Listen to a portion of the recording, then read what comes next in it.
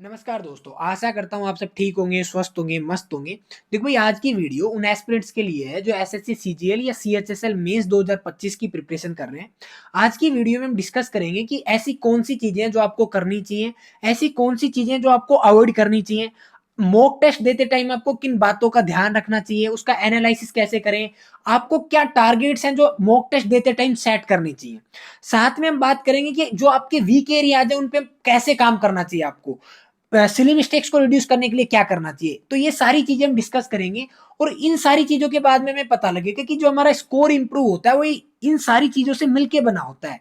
Score improve होना कोई ऐसी चीज नहीं है कि मैंने आपको कुछ बता दिया, वो आपने अप्लाई किया और रातों रात आपका स्कोर इंप्रूव हो गया। ठीक है भाई, तो चलिए डिस्कस करते हैं। पहली चीज है हमारी डूज की, क्या चीजें हैं ऐसी जो हमारी हमें करनी चाहिए।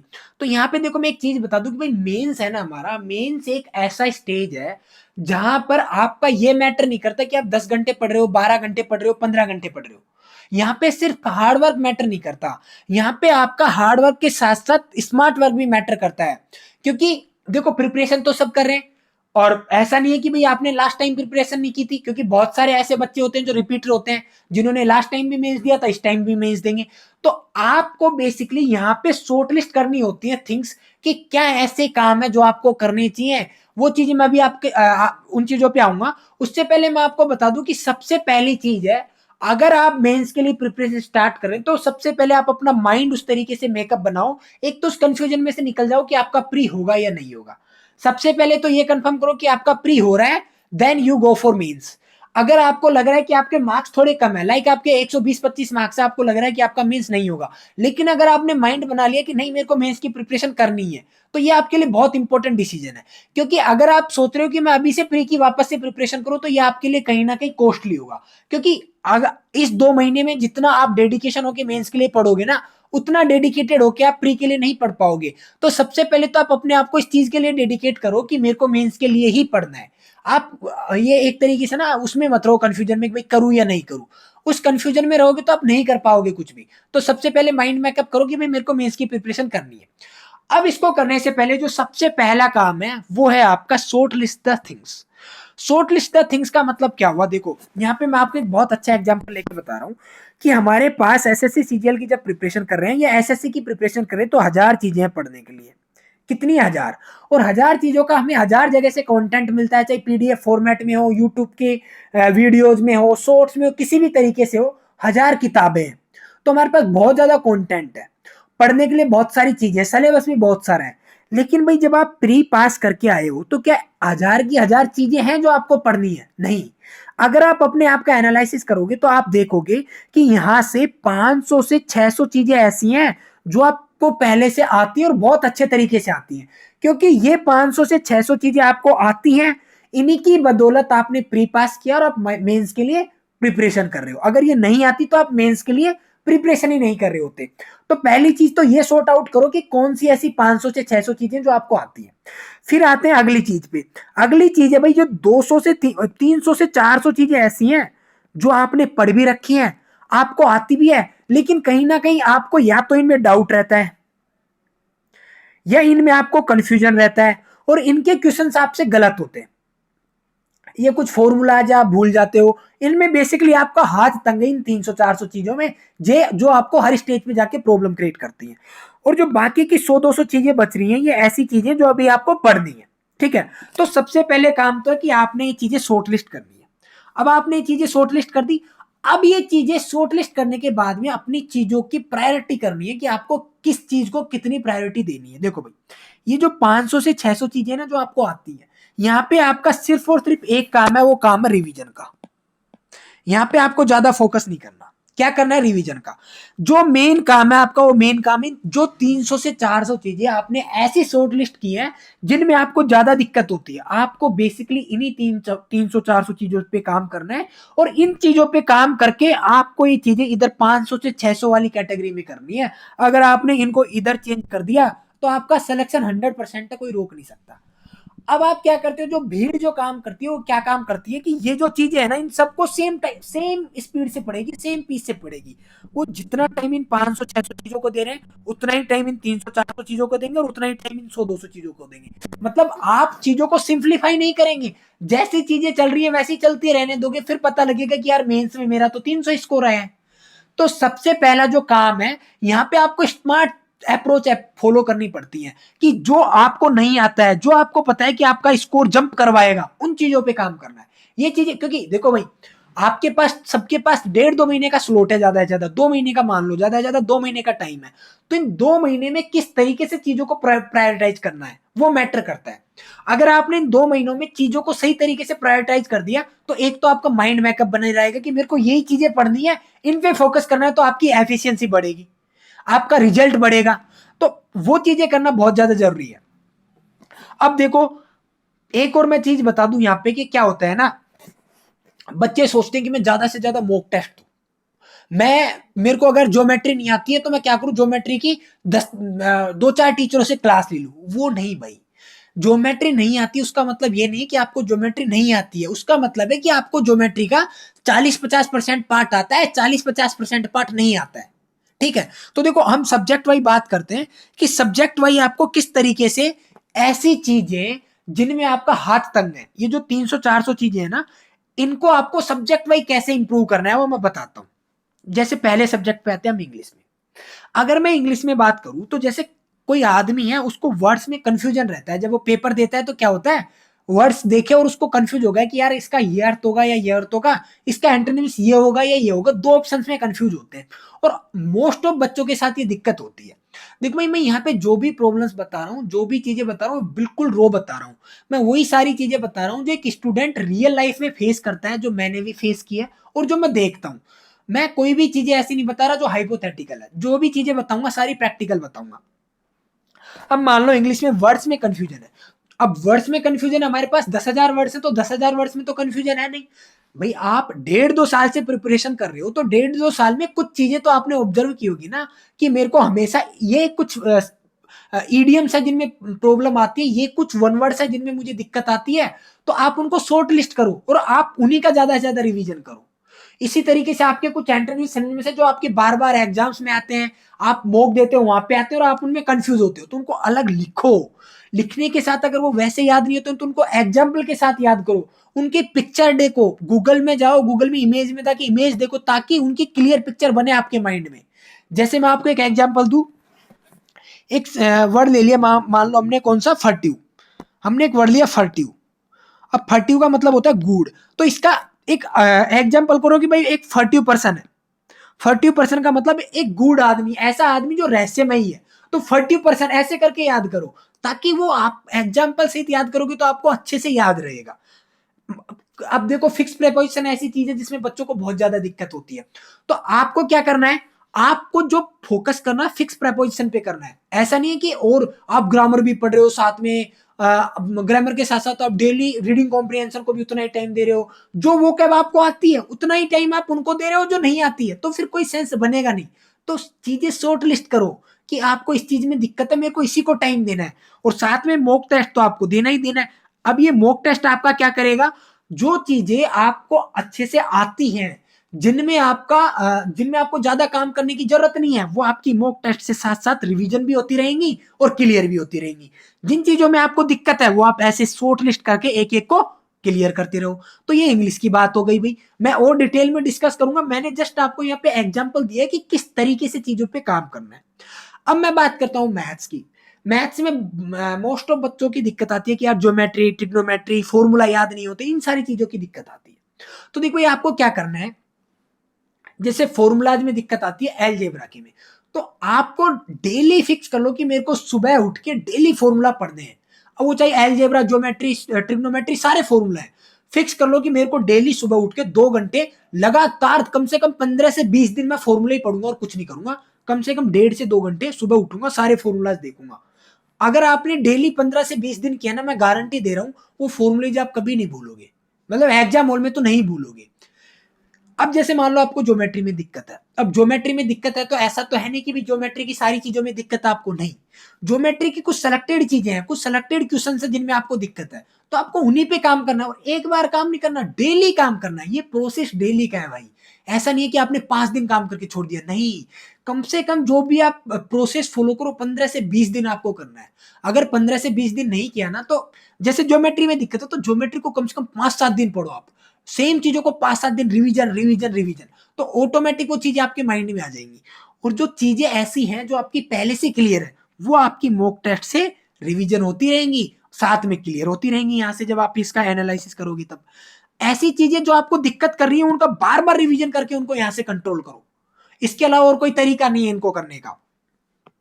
इसी तरीके से आप जीके में मान लो आपकी पॉलिटी, हिस्ट्री है, ज्योग्राफी, इकोनॉमिक्स है। अब आप क्या है, सबको सेम पीस से पढ़ रहे हो, नहीं। अगर आपकी इकोनॉमिक्स वीक है तो आप इकोनॉमिक्स को ज्यादा टाइम दो भाई।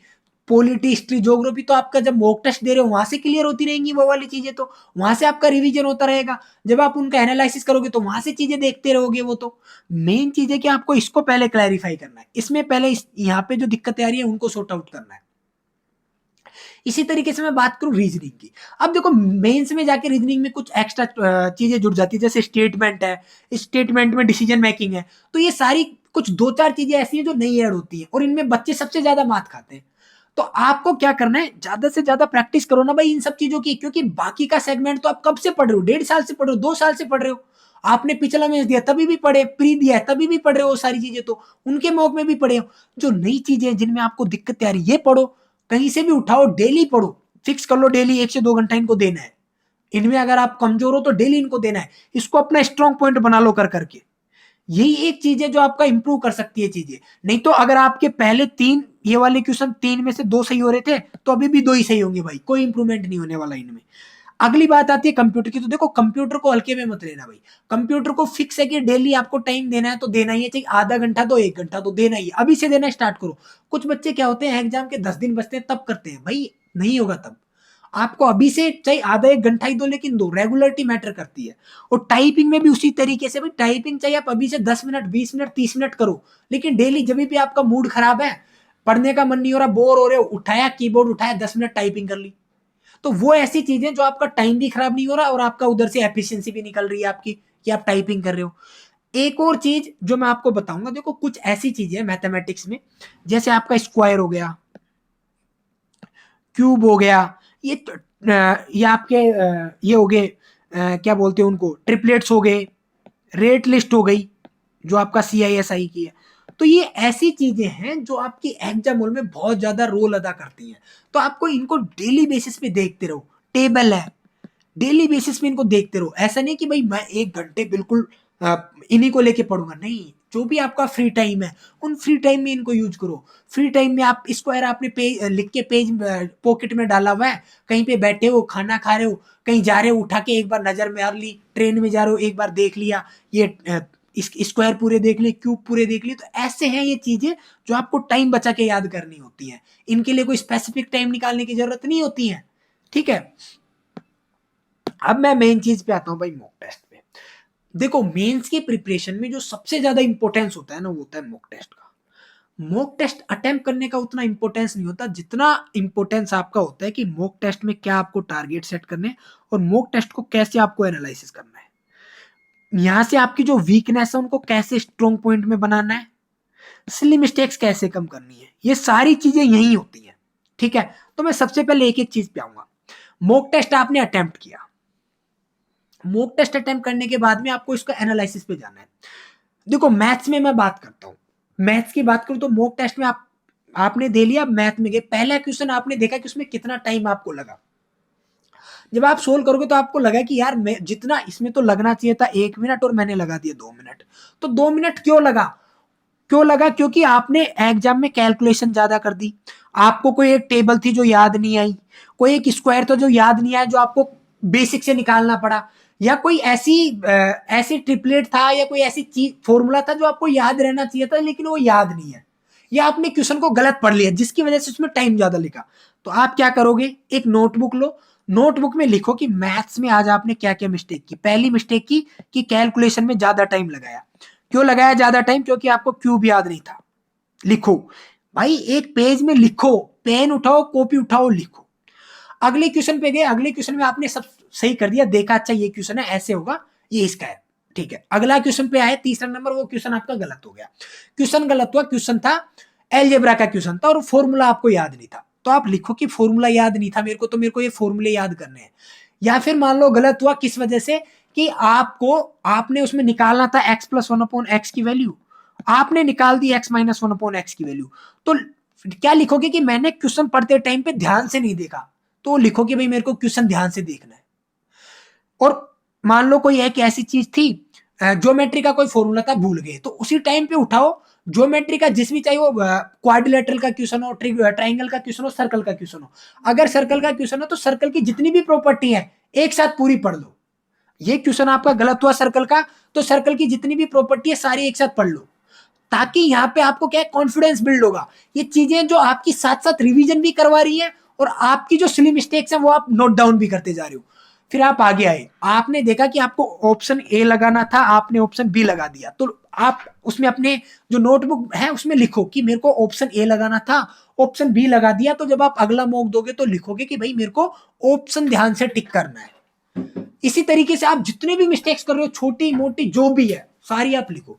ऐसा नहीं कि 30 के 30 क्वेश्चन में आपको दिक्कत आएंगी। देखो 30 क्वेश्चन में से 25 क्वेश्चन कर रहे हो, मान लो आप 27 क्वेश्चन कर रहे हो, 4-5 क्वेश्चन गलत हो गए, 3-4 क्वेश्चन ऐसे हैं जो रियल में टफ थे, क्वेश्चन वहां पे एग्जाम हॉल में अटेम्प्ट करना मुश्किल था, जो स्किप करना ही बेहतर था, जब आपने बाद में किए तो सोल्व हो गए, वो अच्छी चीज है। अगर आप कैलकुलेशन कर रहे हो, कोई कैलकुलेटिव क्वेश्चन है, जैसे कुछ ऐसे आ जाता है ना, x y z upon a b c, ऐसी कोई कैलकुलेशन है, ये कैलकुलेशन टफ है करना तो भाई है ही, लेकिन आप काम करो कि इसको कैसे इजी कर सकते हो। क्या कोई ऐसा ऑप्शन था जहां पे आप सीधा मल्टीपल देख के लगा सकते थे? क्या कोई ऐसा ऑप्शन था जहां पे अप्रोक्सीमेशन से कर सकते थे? कोई डिविजिबिलिटी वाला रूल देख के कर सकते? तो ये सारी चीजें भी आपको ध्यान रखनी है। आपको लिखना है कि मैंने डिविजिबिलिटी का यूज नहीं किया इसलिए इसमें टाइम ज्यादा लग गया, मैंने यहाँ पे मल्टीप्लाई देख सकता था वो मैंने नहीं देखा। ये सारी चीजें जो आपको ध्यान रखनी है। अब मैं बात करता हूँ इंग्लिश की, जो बहुत इंपॉर्टेंट चीज है और मेरे को बहुत ज्यादा काम की लगती है ये वाली चीजें, कि मैं जिस हिसाब से इंग्लिश का एनालिसिस करता था।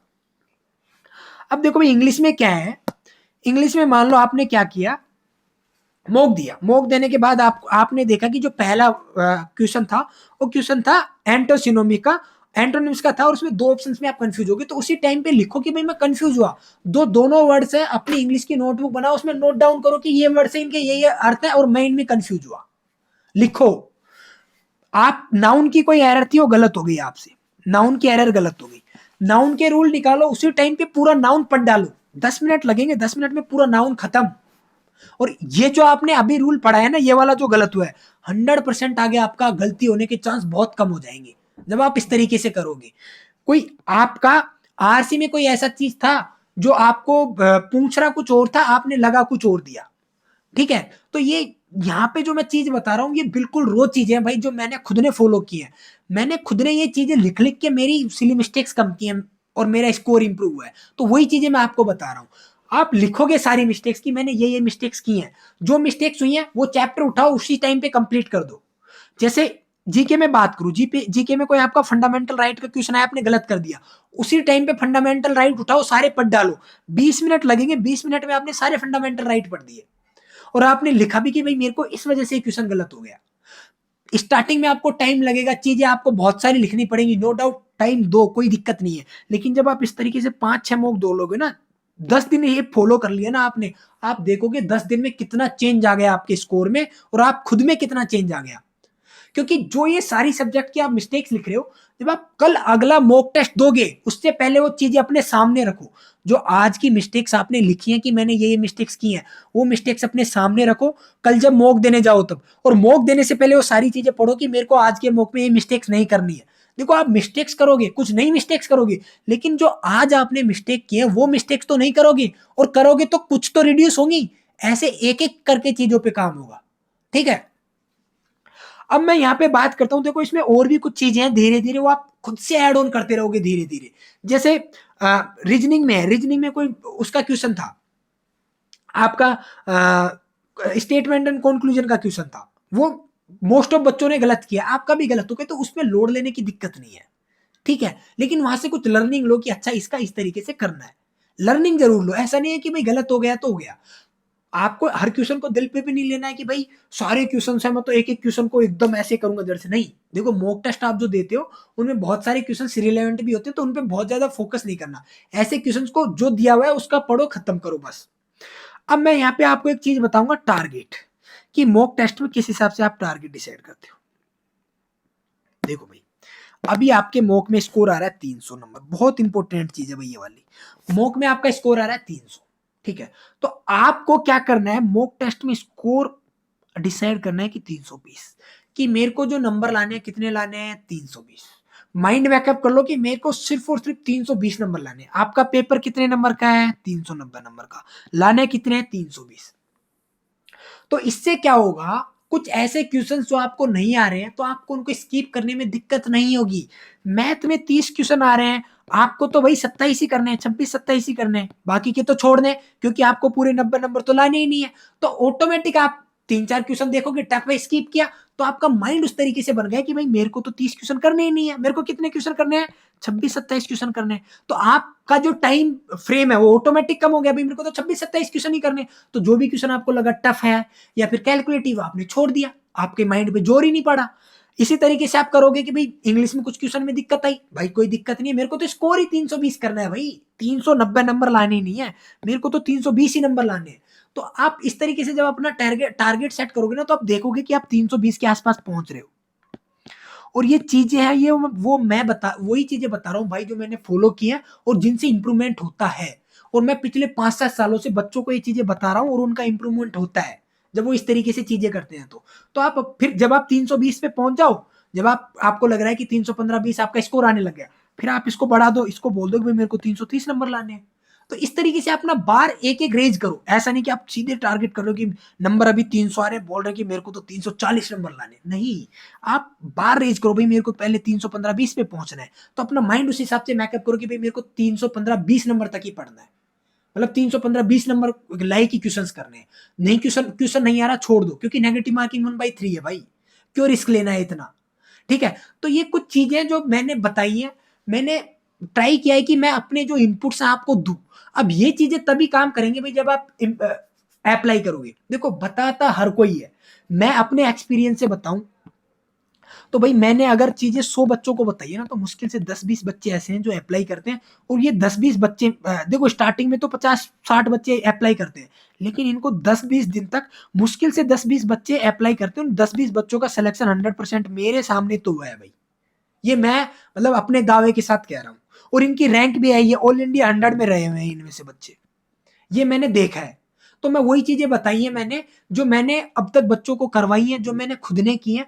और मैं ये वीडियो बनाने का पर्पज यही था कि बहुत सारे बच्चे क्या है ना, एकदम लगे हुए हैं दौड़ में, 10-15 घंटे पढ़ रहे हैं भाई, मेंस की तैयारी कर रहे हैं, लगे हुए पूरा। नहीं भाई, आपको चीजें, you have to simplify the things, you have to first think about what you have to do first.